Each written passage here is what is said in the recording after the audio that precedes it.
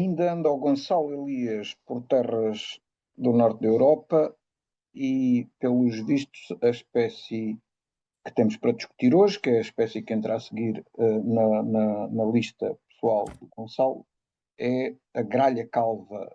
Gonçalo, olá, tudo bem? Olá a todos. Vamos falar sobre uma espécie cuja ocorrência em Portugal já era.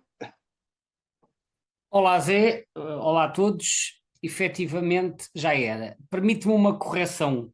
Eu agora já não andava no norte da Europa, andava assim no centro da Europa, porque entretanto saí da Dinamarca e fui até ao Luxemburgo, que foi um novo país para mim nesta viagem de Interrail. Fui até ao Luxemburgo porque eu, como já referi anteriormente, ahm, eu fiz este Interrail com o meu amigo e colega João Cruz e ele tinha familiares no Luxemburgo e então nós aproveitámos, fizemos um desvio e ficámos por lá uns dias no Luxemburgo. E foi no Luxemburgo então que eu vi pela primeira vez a gralha calva, no dia 14 de agosto de 1989. A gralha calva em Portugal, como muito bem referes, já era. Hoje em dia é uma raridade, mas não foi sempre assim. Há 100 anos era não apenas regular, mas inclusivamente frequente.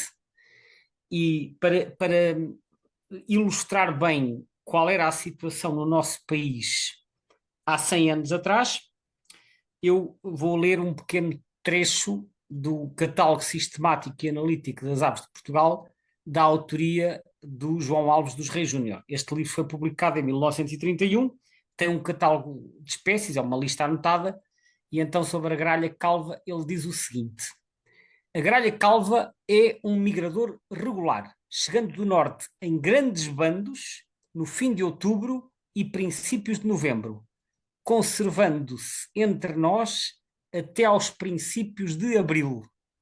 Em Vila do Conde, nos meses de fevereiro e março, observamos por diversas vezes, nos terrenos arientos da beira-mar, as gralhas calvas atacarem os batatais, arrancando às bicadas os tubérculos ainda pouco desenvolvidos.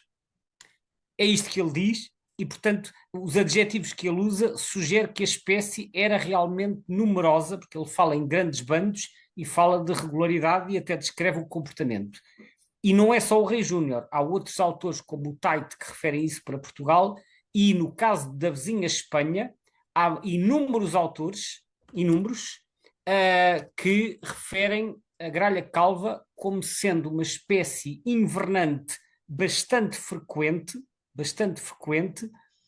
no inverno, durante todo o século XX e até no final do século XIX. Portanto, claramente houve um recuo desta área de invernada, porque na primeira metade do século XX elas invernavam até no sul de Espanha, depois foram recuando, e quando chega à década mais ou menos de 1970, já só invernam na metade norte, portanto na meseta norte, e depois, pouco e pouco, foram se reduzindo e atualmente já quase não há aves invernantes a chegar cá. Ora, das poucas recapturas que existem, sabe-se que havia recapturas de aves vindas do leste da Europa, nomeadamente da Rússia, e, portanto, isso sugere que havia populações migradoras que vinham até cá e que deixaram de vir. E as razões dela ter deixado de migrar para cá são desconhecidas, só podemos especular. Já houve quem sugerisse que foi as alterações climáticas, como não podia deixar de ser. Estava aqui a confirmar, as 4 recapturas conhecidas em Espanha incluem 3 da Rússia e uma que foi anilhada como cria na Polónia. Portanto, efetivamente havia aves nascidas no leste da Europa que vinham invernar à Península Ibérica. Isso deixou de acontecer, a espécie é hoje muito rara.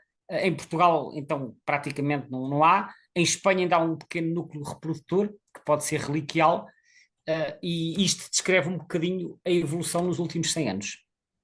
Mas em Portugal, então, não havia registros de existir algum núcleo reprodutor, ou havia?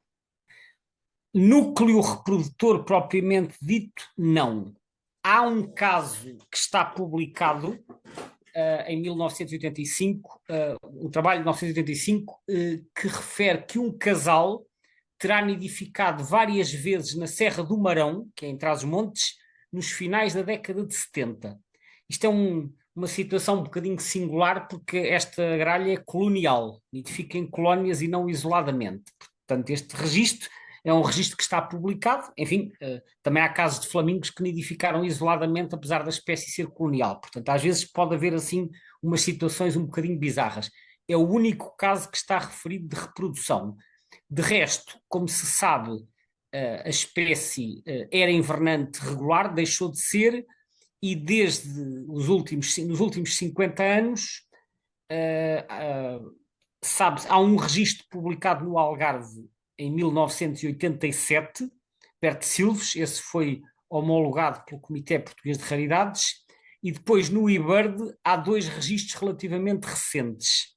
Há um na zona do Montijo, de uma ave que foi vista e fotografada por vários observadores em agosto de 2019, mas o comportamento muito confiante da ave sugere que pudesse ser um indivíduo fugido de cativeiro. E há outro caso de uma ave fotografada no Algarve, em junho de 2020, na zona de Pera, portanto ali entre Albufeira e Lagoa.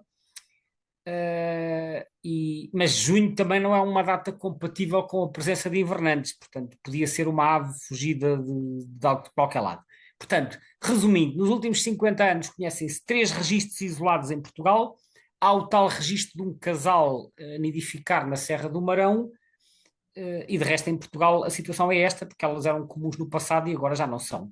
Em Espanha, assim, em Espanha a situação é um bocadinho diferente, porque há um núcleo reprodutor com cerca de 1000 casais e nem fica assim tão longe da fronteira portuguesa. Fica na província de León, ou Leão, como nós às vezes dizemos em português, que fica a nordeste de Bragança, mas em linha reta são para aí, eu diria, 150 quilómetros. Portanto, esse núcleo já se conhece pelo menos desde a década de 1950. É um núcleo que tem oscilado entre os 1000 e os 2000 casais, mas essas aves aparentemente são muito sedentárias, portanto não é muito provável que essas aves se desloquem até Portugal. Apesar de tudo, mesmo em Espanha, apesar de haver esses casais todos, têm estatuto de em perigo.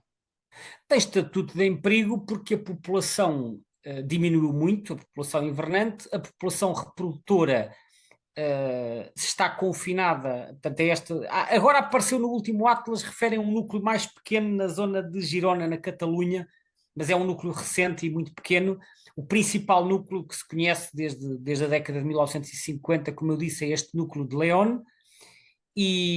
Mas ele tem oscilado nos últimos anos, desde há 20 anos para cá, tem estado a diminuir um bocado e, portanto, por causa de ser uma população de tamanho reduzido, e de estar em diminuição, isso justifica a categoria em perigo. Repara, como eu disse, isto pode ser uma população reliquial. É possível que no passado ela tivesse uma distribuição muito mais vasta e que houvesse outras colónias na Península Ibérica, mas claro que, como sabemos, estas informações antigas são sempre muito pouco sólidas. Portanto, nós não sabemos se havia ou não a nidificar num passado mais distante. É possível que houvesse, é possível que no passado houvesse colónias noutros lugares. Elas diminuíram, portanto não há perspectivas da espécie se estar a expandir e, portanto, em termos de conservação, essa é a categoria que faz sentido. E em Portugal, o estatuto é de regionalmente distinto. Acho que é a primeira espécie que nós discutimos até agora com este estatuto, que nos aparece com este estatuto. Sim, ela está como regionalmente distinta, efetivamente. Repara, o estatuto de regionalmente distinto só se aplica a espécies que já nidificaram e deixaram de nidificar. Agora, penso que não se aplica, teria que ver melhor as categorias, mas penso que não se aplica a nidificantes esporádicos. Ora, este caso da gralha, do casal que terá nidificado no Marão, é ao que tudo indica, seria uma situação de nidificação esporádica, ainda que se pudesse ter prolongado durante alguns anos. E, portanto, eu diria que neste caso não faria muito sentido aplicar o estatuto de regionalmente distinta. Só que, pronto, a lista vermelha não dá mais explicações acerca disto e, portanto, estou apenas a interpretar. Talvez pudesse ter ido consultar o livro vermelho de 2005 para ver se diz mais alguma coisa, mas penso que não há muita evidência histórica de que tenha havido uma população regular. Portanto, neste caso, eu acho que nem se aplicaria ao estatuto. É a minha opinião. Vendo o Atlas Europeu, o mapa de abundância do EBBA1 para o EBBA2, fiquei assim um bocadinho sem perceber essa questão do próprio estatuto vulnerável que ele tem a nível da Europa, porque dá a sensação da espécie estar a aumentar, não só na sua área de distribuição, mas também em densidade, em números, portanto, ou estou a ver mal. Bom, vamos ver o mapa, portanto, a nível europeu a espécie é abundante. Segundo o Birds of the World, a população europeia, sem contar a Rússia, está entre 5 milhões e 7 milhões e meio de casais, portanto é realmente muito abundante. O mapa de distribuição mostra que elas ocorrem sobretudo ao nível das latitudes temperadas, portanto, nem ocorre no Mediterrâneo, nem ocorre nos países nórdicos, há muito poucas nos países nórdicos, portanto, aquilo termina mais ou menos ali à latitude da Escócia e da Dinamarca, acima disso quase não há, e tem grandes densidades nas Ilhas Britânicas, em França e em vários países do leste, por exemplo. Quando nós olhamos para a variação, vemos até alguma expansão no sul de França e na Alemanha, algumas diminuições pontuais a leste e no norte. Globalmente, em termos de área, não parece estar a diminuir. No entanto, no site da IUCN, que juntamente com a BirdLife atribui as categorias de ameaça, eu fui ver, eles têm lá uma avaliação para a Europa, ok? E na Europa ela estava pouco preocupante em 2015, na revisão do livro vermelho, mas na revisão de 2021 passou, isto só para a Europa, passou de list concern para vulnerável, mas com uma nuance. Dentro da União Europeia continua list concern.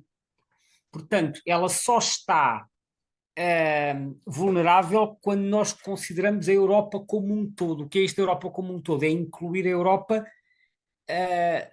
sem ser só os países da União Europeia, a Europa continente. E o que eles dizem no site da IUCN é que a espécie está a declinar rapidamente, houve um declínio maior do que 30%, e que isso justifica a inclusão na categoria de vulnerável. No entanto, dentro da Europa, eles dizem que a taxa de redução não é tão rápida. Eles não explicam quais são os países que estão a contribuir para este declínio mais rápido. Nós podemos apenas inferir. Olhando para o mapa, vemos ali uns declínios pontuais no leste da Europa, mas há uns países que estão na Europa, outros que não estão. Eventualmente, a população da Rússia poderá estar a diminuir mais e estar a contribuir para este declínio fora da União Europeia. Portanto, atenção, portanto, o que vem na lista vermelha é o estatuto para a Europa, mas o IUCN faz uma avaliação para a Europa e outra para a União Europeia. Na União Europeia a espécie não está ameaçada. Agora, há vários fatores que podem estar a contribuir para isto. Historicamente, esta gralha, como acontece com muitos outros corvídeos, sempre foi muito perseguida, e também é bastante sensível ao uso de pesticidas na agricultura. Portanto, isto são fatores um bocadinho adversos que poderão estar a afetar negativamente as populações em alguns países. É o que eu posso dizer acerca deste estatuto Assim, a um dos nível. fatores que é apresentado normalmente, como disseste, até com origem histórica, é a precisão humana fruto do facto de se acreditar que estas, não apenas a gralha calva, mas outras espécies também de corvídeos, que seriam prejudiciais para as culturas, quando na realidade até ao contrário, porque eles, principalmente esta espécie, então alimenta-se de uma série de pequenos animais também, que podem ser, esses sim, constituir pestes para as culturas e, como tal, esta é uma espécie que ajuda a controlar isso, não é?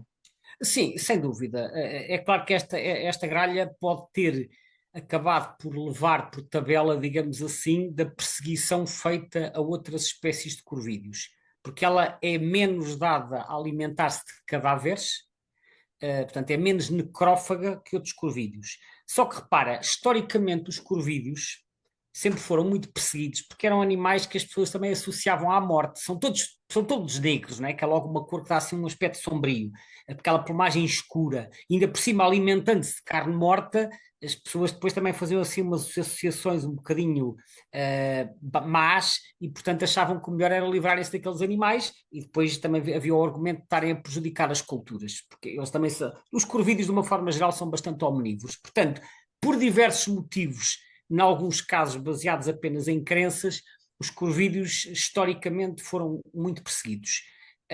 E atualmente ainda são, em alguns casos, quer diretamente através do abate a tiro, quer indiretamente através do uso de pesticidas na agricultura.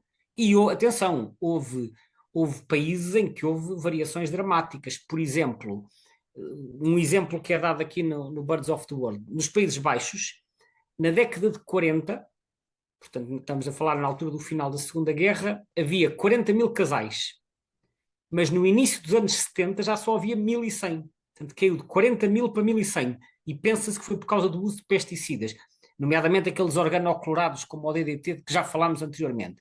Mas na década de 70 esses pesticidas foram banidos. E então em 1985 a população nos Países Baixos já estava outra vez em 28 mil. Portanto, há fatores como estes dos agroquímicos que podem ser particularmente lesivos para certas espécies que frequentem este género de habitagem onde são feitas, onde é feita a agricultura mais intensiva.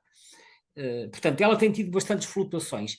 Não sei se a tendência é igual em todos os países, provavelmente não é. Por exemplo, eu fui ver os gráficos no Reino Unido. Elas no Reino Unido estão a diminuir, não muito, mas estão a diminuir um bocado. Pode também haver com questões da agricultura. Mas, mas sim, ou seja, na Europa a tendência é mista, a tendência é mista, e se está vulnerável é porque pelo menos em alguns países está a haver um declínio rápido.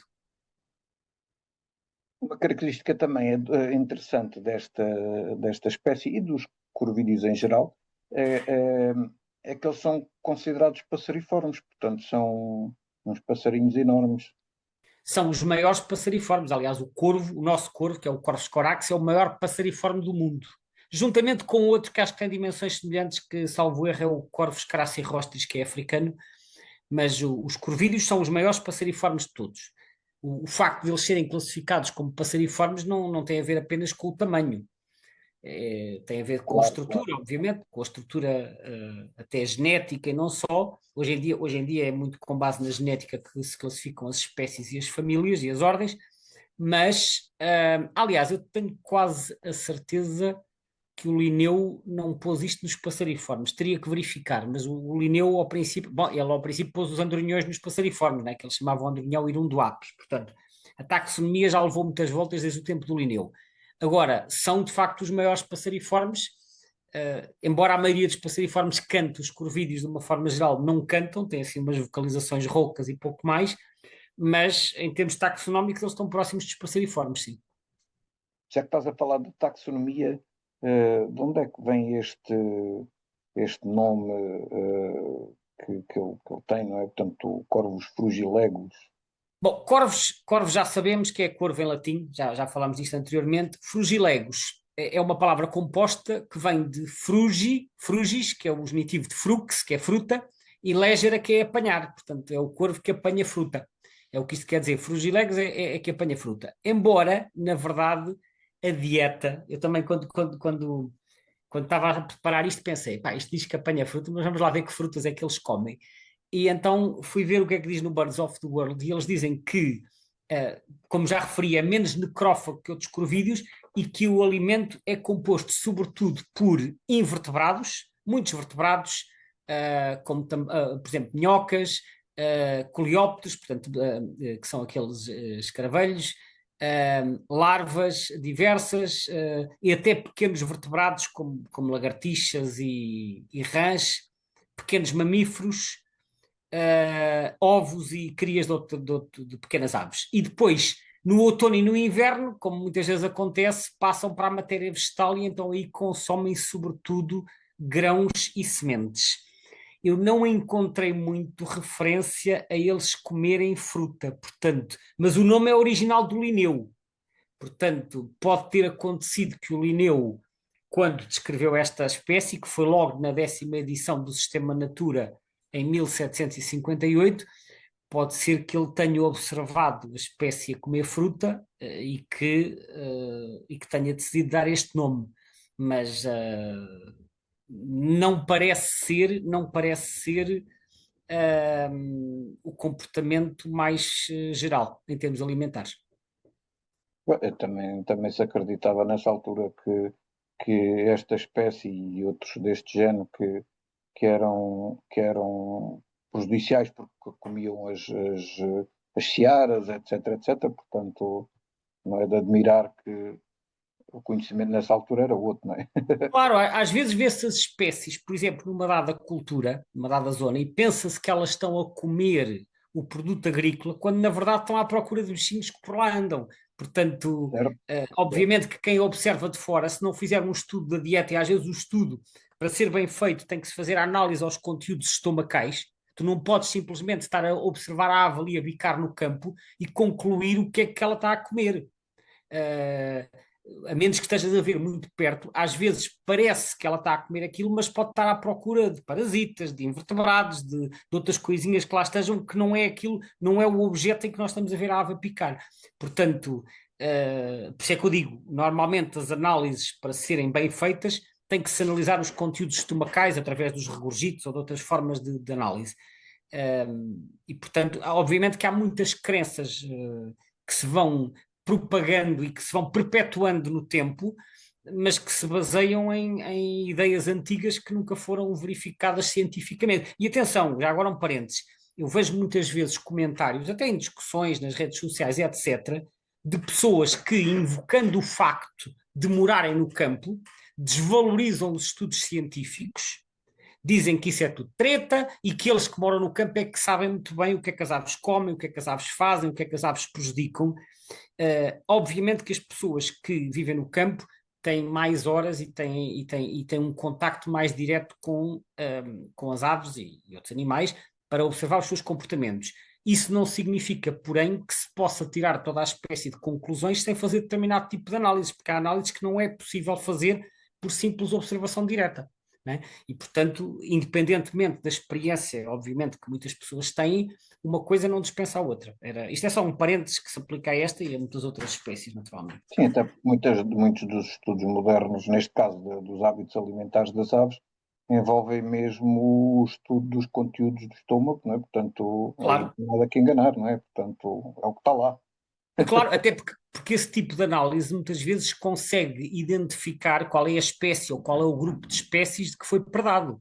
Porque tu ao longe até podes perceber que a ave está a capturar insetos, mas se não tiveres um conhecimento profundo das famílias já não consegues dizer que tipo de inseto é. E para a análise depois da dieta, obviamente que tem interesse ir a um nível mais abaixo, mesmo que não consigas chegar à espécie, por exemplo, mas convém perceber se são himenópteros, se são dípteros, se são aranhas, o que é que seja, não é? Porque, porque no limite, para espécies que estejam numa situação de declínio, é preciso perceber o que é que elas preferem comer, que é para também poderem ser tomadas medidas que favoreçam essa espécie. É assim que as coisas funcionam. Isto não pode ser só por a olhómetro, passa a expressão.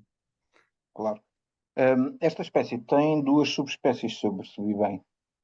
Exatamente, tem duas subespécies, aliás, isso é quase intuitivo quando nós olhamos para o mapa de distribuição, porque o mapa de distribuição, embora vá, como acontece com muitas espécies de distribuição euroasiática, vai desde a Europa Ocidental até ao extremo Oriente, portanto pela Ásia Central, passa pelo Médio Oriente, pela Ásia Central, passa pela Mongólia, pelo norte da China e apanha uma grande parte do sul da Rússia, vai quase até à Península de Kamchatka, à Coreia, portanto, tem uma distribuição vasta. Só que neste caso ela não é contínua, ela está quebrada ao meio, pelo menos a julgar aqui pelo mapa que aparece então no Birds of the World, ela está quebrada ao meio ali na zona da Mongólia Ocidental, portanto há uma zona de descontinuidade. E quando olhamos para a descrição da área das subespécies, percebemos que as duas subespécies estão então geograficamente separadas uma da outra, não há uma zona de contacto. Temos a subespécie nominal, que é a que ocorre na Europa, ocorre depois, estende-se para leste pelo Cáucaso e pelo Médio Oriente, vai até ao Afeganistão, ao noroeste da China e ao noroeste do subcontinente indiano, portanto ali na zona do Paquistão, mais ou menos, e depois temos a outra subespécie que apanha a maior parte da Mongólia, o norte da China, o leste da Rússia, e que depois apanha até um bocadinho da Península Coreana, e que depois também migra um pouco mais para baixo. Esta é então a Corvus frugilegos pastinator. Não, digamos, estas espécies não são propriamente migradoras, não é? Ou como é que é o comportamento destas? Esta migra em parte, aliás, se elas vinham invernar à Península Ibérica, durante muitos anos era assim, isto sugere que Sim, pelo seria menos uma uma parte migração curta, não é? Digamos assim. curta, atenção, recordo que as anilhas que apareceram, que foram recuperadas em Espanha, vinham da Rússia e da Polónia, portanto eu já chamaria isto uma migração de média distância, porque daqui à Rússia, em linha reta, se calhar já são 4.000 quilómetros, portanto não é uma migração tão longa como para a África Central, mas já é uma migração considerável. E quando nós olhamos para o mapa, vemos que uma grande parte das populações asiáticas são migradoras e elas vão invernar a países mais a sul, vão invernar na Coreia do Sul, em zonas do Japão, no sul da China, e depois Paquistão, Afeganistão, Irão, são países onde a espécie aparece sobretudo no inverno. Portanto, as populações da Ásia Central devem ser migradoras. E eu acho que isto acontece porque essa zona é muito mais fria no inverno, e como elas, repara, é verdade que os corvos, por exemplo, e as gralhas pretas não migram da mesma maneira, mas esses, como já foi referido, são muito mais necrófagos e, portanto, alimentam-se de cadáveres, são mais oportunistas. Esta espécie, como depende mais de insetos e de grãos, pode ter dificuldade em sobreviver durante o inverno nessas regiões da Ásia Central e, portanto, as populações mais a norte e mais a leste são migradoras. E E depois há uma aparecem. população, alguns ali para a Nova Zelândia, que pelos vistos deve ter sido introduzida, não é? Foi Nas introduzida. climatizações, não era? Sim, na aclimatação. A subespécie nominal foi introduzida na Nova Zelândia entre 1862 e 1874. E então, 100 anos depois, já havia lá 30 mil aves. E eles tentaram controlá-las, e até houve casos de abate a tiro ou envenenamento, mas elas continuavam por lá. Portanto, mais uma vez, foi no final do século XIX, que era na época das sociedades de aclimatação. Já agora, antes de terminar, gostava de deixar só aqui mais uma curiosidade acerca da espécie. Eu, em 1994, fui à Hungria, e depois de falar disso mais para a frente, a um parque nacional que é Ortovági, que é um parque nacional bastante conhecido, onde há uma colónia de falcões de pés vermelhos, que é o falco vespertinos. Ora, os falcões, como é sabido, não constroem os seus ninhos.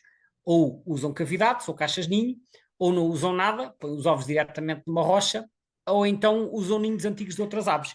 Ora, em Ortobage, os falcões de pés vermelhos nidificam, ou na altura nidificavam, numa colónia de gralhas calvas. Então, eles, no início de junho, foi quando eu lá estive, eles estavam-se a preparar para ocupar os ninhos, porque eles tinham que esperar que as gralhas acabassem de criar e os juvenis saíssem do ninho para depois irem para lá eles. E foi muito engraçado, porque as gralhas são À coloniais e espera os de falcões... vagar o Os falcões apartamento. como? À espera de vagar o apartamento para depois Claro, ocupar. só que as gralhas são coloniais e estes falcões também são coloniais, portanto, aquilo no fundo havia ali duas fornadas, né? Primeiro uma fornada de gralhas, depois uma fornada de falcões, era engraçado. Time sharing, time sharing. Exato, time sharing, precisamente. Gonçalo, obrigadíssimo por esta conversa e hoje ficamos por aqui para deixar tema para a segunda ronda. Uh, Queres deixar algum spoiler para a próxima? Não, vamos manter o suspense. Até à próxima então para todos. Obrigado, até breve.